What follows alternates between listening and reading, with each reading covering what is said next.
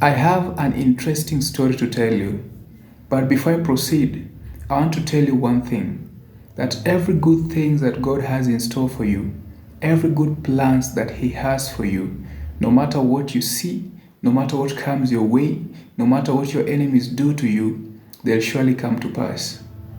So, this is a story of a young boy and a young girl. Their parents died when they were still very young. The only thing that the parents left behind was a small piece of land. But being that they were still children, they couldn't farm, they couldn't do anything with the land. As time went by, one of their uncles became greedy and drove them out of that land. What he did, he gave them another land that was not productive, that was not fertile, in fact, a rocky land. These children could not complain. They could not confront the uncle because of course, they were still children. What did they do, or what happened next? The only thing that they could do was to beg for food. They could go around the village begging for food, at least to keep them going. They dropped out of school because no one was there to help them. No one was in a position, or no one was willing to take them to school after the parents died. It's so sad to imagine that you leave this world and your children are left behind, helpless, with no one to come through for them, with no one to hold their hands to the end. So let's go back to the land that the uncle gave these children. That land was rocky, it was unproductive, it was one of the rejected lands, you couldn't do farming in that land. So one fine day, some white men were walking around that village, and they happened to pass through that land, and they were having some gadgets with them. So as they were moving, they sensed something. There was an alarm that was raised from that gadget. And that white man said that there's something in this land. Kuna kakitu hapa. Let's try to check what exactly is here. So I want to surprise you.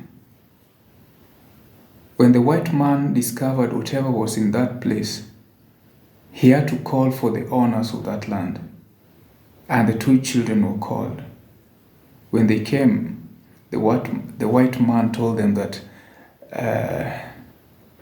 this and this and this is what we have discovered in this place,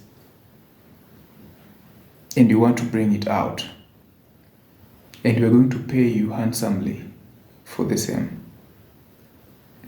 The children agreed. Let me tell you the truth. When the mining was done there, the amount of gold that was brought out of that land was worth a lot of money. And this white man kept his promise. He paid for everything. And the life of these two children changed overnight. The lives of these two children changed. The people that everyone else in the society or in the community looked down upon changed just like that. Maisha yao ilibadilika kabisa. And guess what? They are grown now, but they are still very serious billionaires in that community. And they have changed the lives of everyone. They have changed everything in that community. This is a real life story, not a myth, ama fiction, ama nini. These real stories.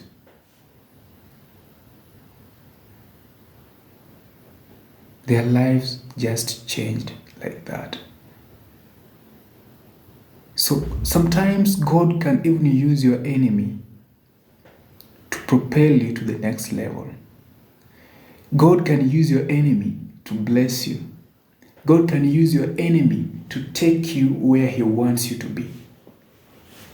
So when some things happen in your life, when people start looking down upon you, when people start fighting you over some issues, you should sit back, relax, take a deep breath and ask yourself, why is it happening like this?